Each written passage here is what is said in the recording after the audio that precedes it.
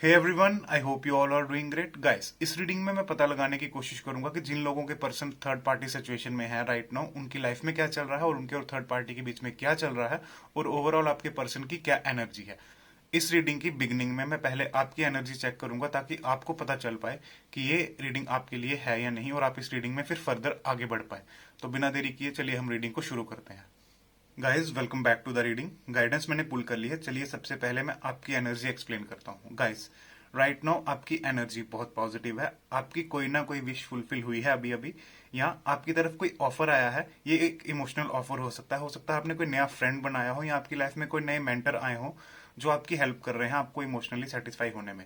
Guys आप किसी चीज का काफी पेशेंटली वेट कर रहे थे पिछले काफी समय से और अब आपकी वो विश पूरी हो गई है या कुछ समय बाद वो आपकी विश पूरी होने वाली है। और अगर आप किसी चीज का पेशेंटली वेट कर रहे हैं तो आपके लिए एडवाइस है कि आप प्लीज वेट कीजिए, बिकॉज आपकी लाइफ में जल्दी ही न्यू बिगनिंग होने वाली है जिस भी चीज का आप वेट कर रहे हैं। और कुछ लोगों के केस में उनकी लाइफ में कोई ऐसे न्यू पर्सन एंटर हुए हैं जो उनको एज ए मेंटर उनकी हेल्प कर रहे हैं, या उनके कोई नए फ्रेंड उनकी लाइफ में आए हैं जो कि उनको पॉजिटिवली सपोर्ट कर रहे हैं, उनको हेल्प कर रहे हैं, उनको क्लैरिटी दे रहे हैं कि ओवरऑल आप ना इस समय आपकी लाइफ में कोई नया पर्सन ऐसा एंटर हुआ है जो कि अपने अपने जो कि खुद को लेके भी बहुत क्लियर है और ये पर्सन आपकी हेल्प कर रहे हैं आपको अपलिफ्ट करने में।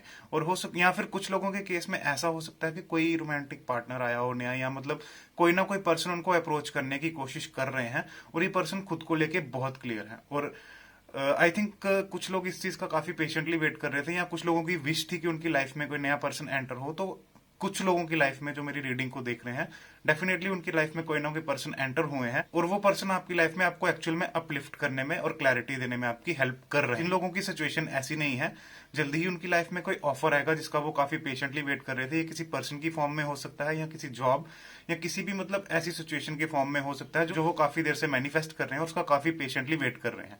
सो गाइस, ये थी आप लोगों की करंट एनर्जी जो मेरी रीडिंग को देख रहे हैं। चलिए अब मैं फर्दर आगे बढ़ता हूँ और देखता हूँ कि आपके पर्सन और थर्ड पार्टी के बीच में राइट नाउ क्या चल रहा है। सो गाइस, क्या चल रहा है आपके पर्सन और थर्ड पार्टी के बीच में। ये जो भी रिलेशनशिप था आपके पर्सन और थर्ड पार्टी का, वो टोटली मनी बेस्ड रिलेशनशिप था।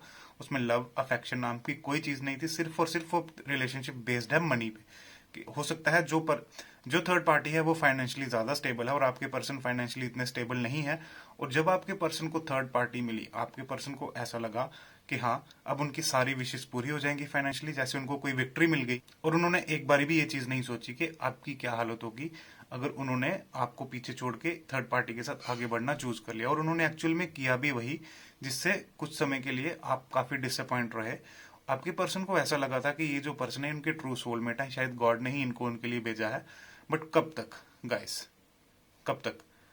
आफ्टर सम टाइम, या कुछ के केसेस में शायद अभी ये चीज हो रही हो कि उस पर्सन के साथ रहने के बाद जब उस पर्सन ने अपनी ट्रू साइड दिखाना शुरू की, या जब अब वो पर्सन अपनी ट्रू साइड दिखाना शुरू कर रहे हैं, तो आपके पर्सन को अब लग रहा है कि हाँ ये उन्होंने बहुत गलत चॉइस बनाई अपनी लाइफ में, आपको छोड़ के गलत किया। जिस पर्सन के साथ, जो पर्सन उनको लग रहा था कि उनके सोलमेट है, उन्हीं के लिए बने हैं, बट एक्चुअल में वो पर्सन वो थे ही नहीं जो उन्होंने सोचा था। शायद उनको किसी ने गलत गाइड किया था, या मतलब उस समय सिचुएशन ऐसी थी कि उनको जो बताया गया उन्होंने किसी की बातों पे बिलीव कर लिया और उन्होंने आपको छोड़ के इस अदर पर्सन को चूज कर लिया। बट जब अब वो अदर पर्सन अपना ट्रू सेल्फ, अपने असली रंग दिखा रहा है, तो अब आपके पर्सन को बहुत रिग्रेट हो रहा है राइट नो। उस समय आपके पर्सन को ये लगा था कि हाँ अब ये पर्सन मेरी सारी विशेष पूरी करेगा, फाइनेंशियली भी, इमोशनली भी।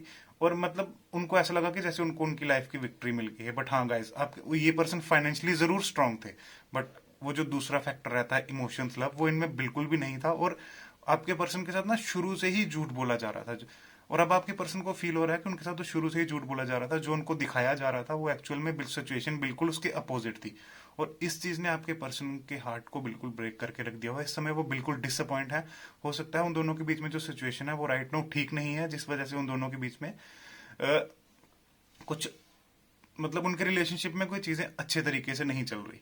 तो ये जो पर्सन है ये काफी इगोइस्टिक है। ये अपने तरीके से चीजों को चलाने की कोशिश करते हैं। ये सोचते हैं कि जैसा ये चाहे वैसा नेक्स्ट पर्सन रिएक्ट करे। बट जब आपके पर्सन आपके साथ थे तो उनको ऐसा था कि मतलब आपने उनको फ्रीडम देके रखा हुआ था एक पूरी तरह से कि हाँ जो आप चाहिए, जो आपको अच्छा लगता है वही कीजिए। आप उनको कभी फोर्स नहीं करते थे उस चीज का। बट उस पर्सन ने उस चीज की केयर ना करके, उस पर्सन ने सिर्फ पैसा देखा और आपको छोड़ के अदर पर्सन को चूज कर लिया बिकॉज ऑफ मनी। और वहां पे जो वो नेक्स्ट पर्सन था, वो पर्सन पूरी तरह कंट्रोलिंग है, वो चीजों को अपने तरीके से चलाना चाहता है, और अब यहाँ पे आपके पर्सन को वो फ्रीडम फील नहीं होता जो आपके साथ था। तो अब आपके पर्सन को इस चीज का बहुत रिग्रेट हो रहा है, बट अब मुझे लग रहा है कि काफी देर हो चुकी है उस चीज को लेके।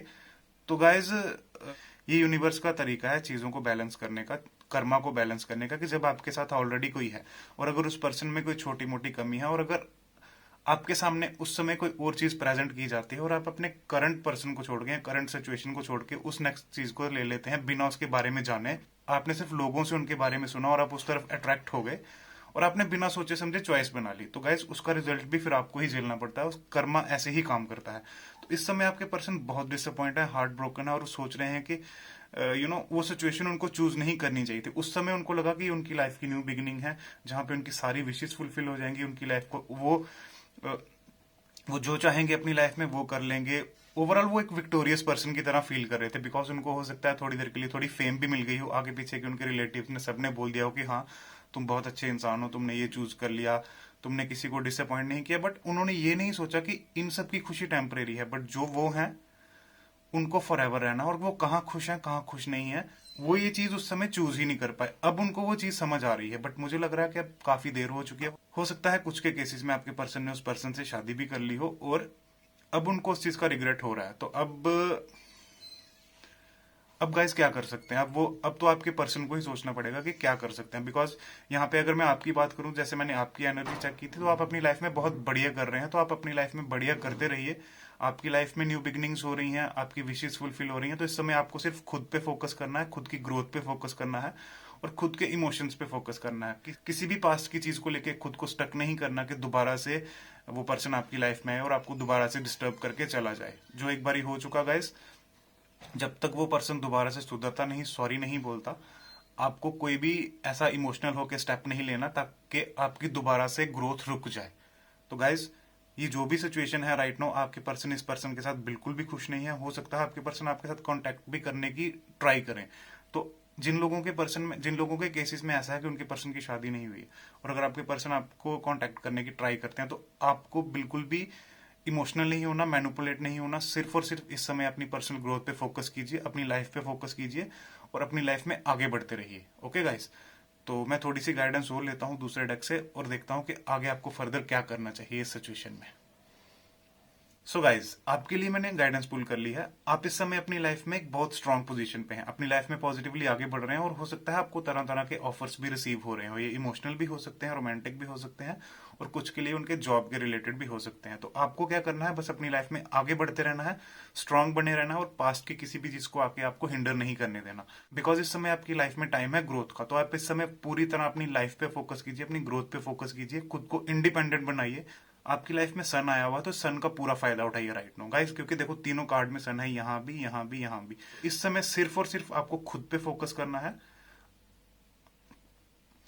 आपको नए नए माइलस्टोन्स को अचीव करना है अपनी लाइफ में। जो भी पास्ट में हुआ है, जिस भी चीज ने आपको पास्ट में हर्ट करा, उससे आप लेसन सीखिए और उन लेसन्स को अपनी लाइफ में प्रेजेंट डे में इंप्लीमेंट करके अपनी लाइफ को और बेटर बनाई। जो गलतियां आपने पीछे पास्ट में करी हैं, अब आपको दोबारा से उन चीजों को रिपीट नहीं करना, और उन गलतियों से लेसन सीख के अपनी लाइफ को और स्ट्रांग बनाना है, अपनी सिचुएशन को, अपने माइंड को और स्ट्रांग बनाना है, और अपनी लाइफ में पॉजिटिवली आगे बढ़ना है।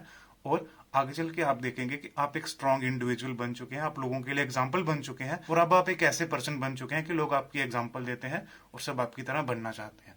तो गाइज, ये थी आज की रीडिंग। आई होप आपको क्लैरिटी मिली होगी, आपको आंसर मिला होगा। मैं आपसे रिक्वेस्ट करूंगा, मेरे चैनल को लाइक, शेयर और सब्सक्राइब कीजिए, और अगर आपको लगता है कि इस रीडिंग की किसी और को भी जरूरत है, इस रीडिंग को उनके साथ भी शेयर कीजिए ताकि उनको भी गाइडेंस और क्लैरिटी मिल पाए। Thank you guys.